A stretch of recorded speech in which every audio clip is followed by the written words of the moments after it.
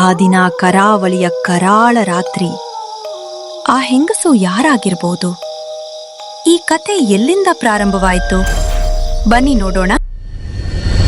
ಅಣ್ಣ, ನಿನ್ಗೆ ಗೊತ್ತಾ, ನಾನು ಇವತ್ತು ಶಾಲೆಯಲ್ಲಿ ಎಲ್ಲರಿಂದಲೂ ಮೆಚ್ಚುಗೆ ಪಡೆದೆ. ನಾನು ಓದಿನಲ್ಲಿ ಶಾಲೆಗೆ ಪ್ರಥಮ ಎಂದು ಎಲ್ಲರೂ ನನ್ನನ್ನು ಹೊಗಳಿದರು. ನಿನ್ನಂತೆ ನಾನು ಚೆನ್ನಾಗಿ ಓದಿ ಕೆಲಸಕ್ಕೆ ಹೋಗುತ್ತೇನೆ ನೋಡು. ಹೌದಾ ಮರಿ, ಚೆನ್ನಾಗಿ ಕಲಿ. ಆದರೆ ನನ್ನಂತೆ ಆಗ್ಬೇಡ ಮಧು. ನಾನು ಚೆನ್ನಾಗಿ ಓದಿ ಕೆಲಸಕ್ಕೆ ಹೋಗಬೇಕು ಎನ್ನುವಷ್ಟರಲ್ಲಿ ನನ್ನ ತಂದೆ ಮೇಲೆ ಹೋದರು. ಅವರ ಆಸೆಯಂತೆ ಅವರು ಓಡಿಸುತ್ತಿದ್ದ ರಿಕ್ಷಾವನ್ನು ನಾನು ಓಡಿಸುವ ಪರಿಸ್ಥಿತಿ ಬಂದಿದೆ. ತಂದೆಯ ನೆನಪು ಕಾಡುತ್ತದೆ. ಮುಂದೆ ನಾನು ಚೆನ್ನಾಗಿ ದುಡಿದು ತಂದೆ ಹೆಸರಿನಲ್ಲಿ 10 ರಿಕ್ಷಾ ಹಾಕುತ್ತೇನೆ ನೋಡು ಮಧು. ಹೌದಣ್ಣ, ಹಾಕು. ನಾನು ಶಾಲೆಗೆ ರಿಕ್ಷಾದಲ್ಲೇ ಹೋಗುತ್ತೇನೆ. ಅಣ್ಣ, ನಮ್ಮ ಶಾಲೆಯಲ್ಲಿ ಶಿಕ್ಷಕರು ಹೇಳುತ್ತಿದ್ದರು, ಈಗ ವಿದ್ಯುತ್ನಿಂದ ಓಡುವ ರಿಕ್ಷಾ ಬಂದಿದೆ ಎಂದು. ಇನ್ನು ಮುಂದೆ ವಾಹನಗಳು ವಿದ್ಯುತ್ನಲ್ಲೇ ಓಡುತ್ತದೆಯಂತೆ. ನಮ್ಮ ಪಾಠದಲ್ಲಿಯೂ ಬಂದಿದೆ ಅಣ್ಣ. ನೀನು ಯಾಕೆ ವಿದ್ಯುತ್ನಿಂದ ಓಡುವ ರಿಕ್ಷಾವನ್ನೇ ತೆಗೆದುಕೊಳ್ಳಬಾರದು? ಈ ಉಪಾಯ ಸರಿ ಎಂದು ತನ್ನ ಅಮ್ಮನಲ್ಲಿ ತಿಳಿಸುವುದಕ್ಕೆ ಮನೆಗೆ ಬರುತ್ತಾನೆ. ಅಮ್ಮ, ನನಗೆ 18 ವರ್ಷ ತುಂಬಿದೆ. ಕೆಲಸಕ್ಕೆ ಹೋಗ್ಬೋದು. ನಾವು ಯಾಕೆ ತಂದೆಯ ರಿಕ್ಷಾ ಮಾರಿ ಹೊಸ ವಿದ್ಯುತ್ ರಿಕ್ಷಾ ತೆಗೆದುಕೊಳ್ಳಬಾರದು?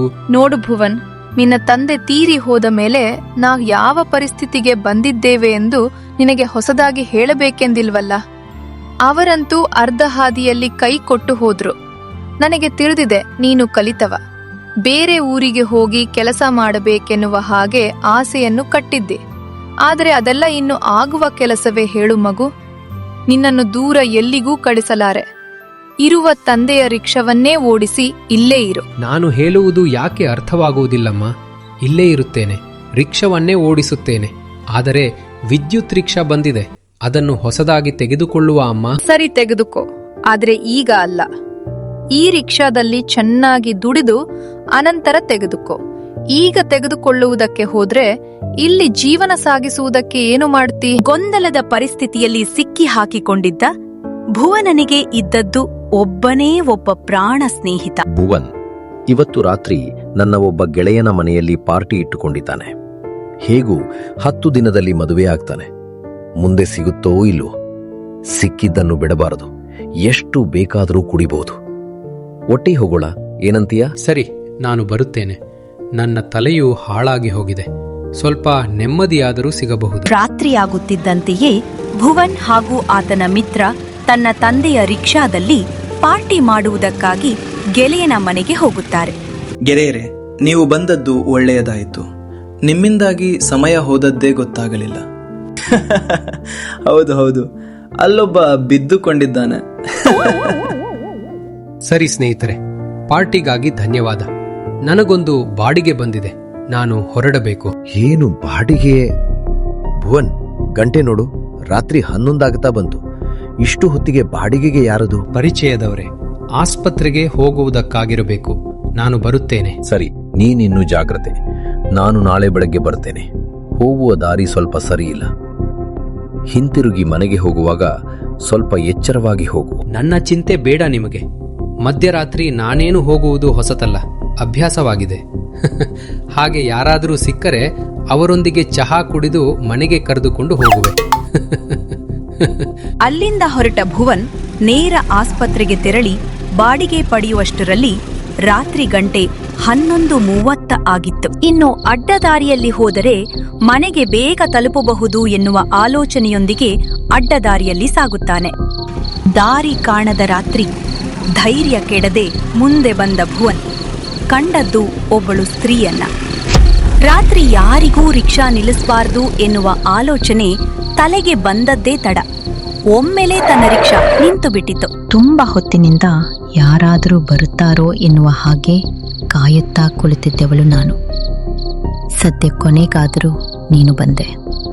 ಅನಿವಾರ್ಯ ಕಾರಣಗಳಿಂದ ನಾನು ನನ್ನ ಮನೆಗೆ ಹೋಗಬೇಕಿತ್ತು. ನನ್ನ ಊರು ಇಲ್ಲಿಂದಲೇ ಸ್ವಲ್ಪ ದೂರವಷ್ಟೇ. ಹೇಗೂ ರಿಕ್ಷಾ ಇದೆ, ಬಾಡಿಗೆ ಕೊಡುತ್ತೇನೆ. ನನ್ನನ್ನು ಅಲ್ಲಿಯವರೆಗೆ ಬಿಡುತ್ತೀಯಾ? ಇಲ್ಲ, ನನ್ನಿಂದ ಆಗುವುದಿಲ್ಲ. ನಾನು ಕೆಲಸ ಮುಗಿಸಿ ಮನೆಗೆ ಹೊರಟಿರುವೆ. ನೀವು ಬೇರೆ ಯಾರನ್ನಾದರೂ ನೋಡಿಕೊಳ್ಳಿ. ಮನೆಯಲ್ಲಿ ತಾಯಿ ಕಾಯುತ್ತಿದ್ದಾಳೆ. ಹಾಗೆನ್ನುತ್ತೀಯಾ? ನಾನೊಬ್ಬಳು ಹೆಣ್ಣು ಅನ್ನುವುದನ್ನು ಮರೆಯಬೇಡ. ನಿನಗೊಬ್ಬಳು ಅಕ್ಕನೋ ತಂಗಿಯೋ ಯಾರಾದರೂ ಇಂತಹ ರಾತ್ರಿ ಸಂದರ್ಭದಲ್ಲಿ ಒಂಟಿಯಾಗಿದ್ದರೆ ಈ ರೀತಿಯಾಗಿ ಹೇಳುತ್ತಿದ್ದೆಯಾ? ನನಗೆ ಭಯವಾಗುತ್ತದೆ. ಹೇಗಾದರೂ ನನ್ನನ್ನು ನನ್ನ ಮನೆಗೆ ತಲುಪಿಸು. ಬೇಕಾದರೆ ನಿನಗೆ ಬಾಡಿಗೆ 2ರಷ್ಟು ಕೊಡುತ್ತೇನೆ. ಇಲ್ಲೇ ಸ್ವಲ್ಪ ದೂರದಲ್ಲಿ ಒಂದು ಜಾತ್ರೆ ನಡೀತಾ ಇದೆ. ಅಲ್ಲಿ ಜನರು ಸೇರಿರ್ತಾರೆ ಹಾಗೂ ನಿಮಗೆ ಬೇಕಾದ ರಿಕ್ಷಾ ಅಲ್ಲಿ ಸಿಗುತ್ತದೆ. ಅಲ್ಲಿಯವರೆಗೆ ನಾನು ನಿಮ್ಮನ್ನು ಬಿಡುತ್ತೇನೆ. ಬಾಡಿಗೆಯ ಆಸೆಯಿಂದ ಅಲ್ಲ, ಮಾನವೀಯ ದೃಷ್ಟಿಯಿಂದ ಎಂದು ಅಲ್ಲಿಂದ ಹೊರಡುತ್ತಾರೆ. ಜನರು ಸೇರುವ ಪ್ರದೇಶಕ್ಕೆ ಬಂದರೆ ಅಂದು ಆ ಕ್ಷಣದಲ್ಲಿ ಜನರು ಇಲ್ಲ, ರಿಕ್ಷವೂ ಇಲ್ಲ. ನೋಡಿ ಅಮ್ಮ, ನನ್ನಿಂದ ಸಾಧ್ಯವಾದಷ್ಟು ನಿಮಗೆ ಸಹಾಯವನ್ನು ಮಾಡಿದ್ದೇನೆ. ಇಲ್ಲಿ ಯಾವಾಗಲೂ ರಿಕ್ಷಾ ಅಥವಾ ಜನರಿರುತ್ತಾರೆ. ಇಲ್ಲಿ ಸ್ವಲ್ಪ ಹೊತ್ತು ಕಾಯಿರಿ, ರಿಕ್ಷಾ ಬರಬಹುದು. ಇಲ್ಲಿಂದ ಮುಂದಕ್ಕೆ ನನ್ನಿಂದ ಸಾಧ್ಯವಿಲ್ಲ. ಸುತ್ತಮುತ್ತ ಮನೆ ಇರುವ ಪ್ರದೇಶ, ಹೆದರಿಕೆ ಇಲ್ಲ ಇಲ್ಲಿ. ಈ ಮಧ್ಯರಾತ್ರಿಯಲ್ಲಿ ಒಂಟಿ ಹೆಣ್ಣನ್ನು ಈ ರೀತಿಯಾಗಿ ಬಿಟ್ಟು ಹೋಗುವುದು ಸರಿಯೇ? ಹಾಗೆ ಬಿಟ್ಟು ಹೋದದ್ದೇ ಆದರೆ ನೀನು ನಿನ್ನ ಮನೆ ಸೇರ್ತೀಯ? ಇದನ್ನು ಕೇಳಿದ ಭುವನ್ ಹೆದರಿ ಮತ್ತೆ ರಿಕ್ಷಾ ಹತ್ತಿಸಿ ಮುಂದೆ ಹೊರಟ. ಬಂದು ಹಳೆ ಬಂಗಲೆಯ ಹತ್ತಿರ ಬರುತ್ತಾರೆ. ಸಾಕು, ಇಲ್ಲಿ ನಿಲ್ಲಿಸಿ. ಸರಿ, ಬಾಡಿಗೆ. ಯಾಕೆ ಹೀಗೆ ಎಂದು ಹಿಂದೆ ತಿರುಗಿ ನೋಡಿದಾಗ ರಿಕ್ಷಾದಲ್ಲಿದ್ದ ಹೆಂಗಸು ಮಾಯವಾಗಿ ಹೋಗಿತ್ತು. ಇದನ್ನು ಕಂಡ ಭುವನನಿಗೆ ಕೈ ಕಾಲು ನಡುಗಿತು. ಬಾಡಿಗೆಗಿಂತ ಜೀವ ಉಳಿದರೆ ಸಾಕು ಎಂದು ತಿಳಿದ ಭುವನ್ ರಿಕ್ಷಾದಲ್ಲಿ ಕೂತು ಪ್ರಾರಂಭಿಸುತ್ತಾನೆ. ಕೆಟ್ಟ ಗಡಿಗೆಯೋ ಎಂಬಂತೆ ರಿಕ್ಷಾ ಅಲ್ಲೇ ಕೆಟ್ಟು ನಿಂತು ಹೋಗುತ್ತದೆ. ಆ ಕ್ಷಣವೇ ತಾನು ನಂಬಿದ ದೈವ ಅಜ್ಜನನ್ನು ಮನಸಾರೆ ನೆನೆದು ತಲೆಗೆ ಗಂಧ ಪ್ರಸಾದ ಇಡುವನು. ಅಷ್ಟು ಹೊತ್ತಿಗೆ ಯಾರೋ ಹಿಂದಿನಿಂದ ಕರೆಯುವಂತೆ ಭಾಸವಾಯಿತು. ನೋಡುವಾಗ ಯಾರೋ ಒಬ್ಬರು ವಯಸ್ಸಾದವರು. ಮಗ, ಮದುವೆಯಾಗದ ಕುಡಿ ಮೀಸೆಯ ಹುಡುಗರು ನೀವು ಈ ರೀತಿಯಾಗಿ ಒಬ್ಬೊಬ್ಬರೇ ಮಧ್ಯರಾತ್ರಿ ವೇಳೆ ಬರಬಾರದು. ಕೆಲವೊಂದು ಗಳಿಗೆ, ಕೆಲವೊಂದು ಜಾಗ ಸರಿ ಇರುವುದಿಲ್ಲ. ಹೋಗಪ್ಪ, ಮಲಗು. ಹೋಗು ಹೋಗು. ಅಜ್ಜ, ನನ್ನ ರಿಕ್ಷಾ ಕೆಟ್ಟು ನಿಂತಿದೆ ಎಂದಾಕ್ಷಣವೇ ಅಜ್ಜ ರಿಕ್ಷಾವನ್ನು ಸ್ಪರ್ಶಿಸಿ ಪ್ರಾರಂಭಿಸಲು ಹೇಳುವಾಗ ಕೆಟ್ಟು ನಿಂತಿದ್ದ ರಿಕ್ಷಾ ಪ್ರಾರಂಭವಾಗುತ್ತದೆ. ಕಣ್ಣಂಚಿನಲ್ಲಿ ನೀರು ತುಂಬಿಕೊಂಡ ಭುವನ್ ರಿಕ್ಷಾದಲ್ಲಿ ಕೂತು ಅಜ್ಜನನ್ನು ನೋಡುತ್ತಾನೆ. ಗಂಧ, ಜಾಗ್ರತೆ ಮಗ. ಹೊಸ ರಿಕ್ಷಾ ಪಡೆಯುವ ಯೋಗ ಸಿಗಲಿ ನಿನಗೆ. ವಿದ್ಯುತ್ನಿಂದ ಓಡುವ ರಿಕ್ಷಾ. ಮೂಕ ವಿಸ್ಮಿತನಂತೆ ನೋಡುತ್ತಿದ್ದ ಭುವನ್ ಅಜ್ಜನ ಕಾರಣಿಕವನ್ನು ಮನದಲ್ಲೇ ನೆನೆದು ಮನೆಗೆ ಹಿಂದಿರುಗುತ್ತಾನೆ.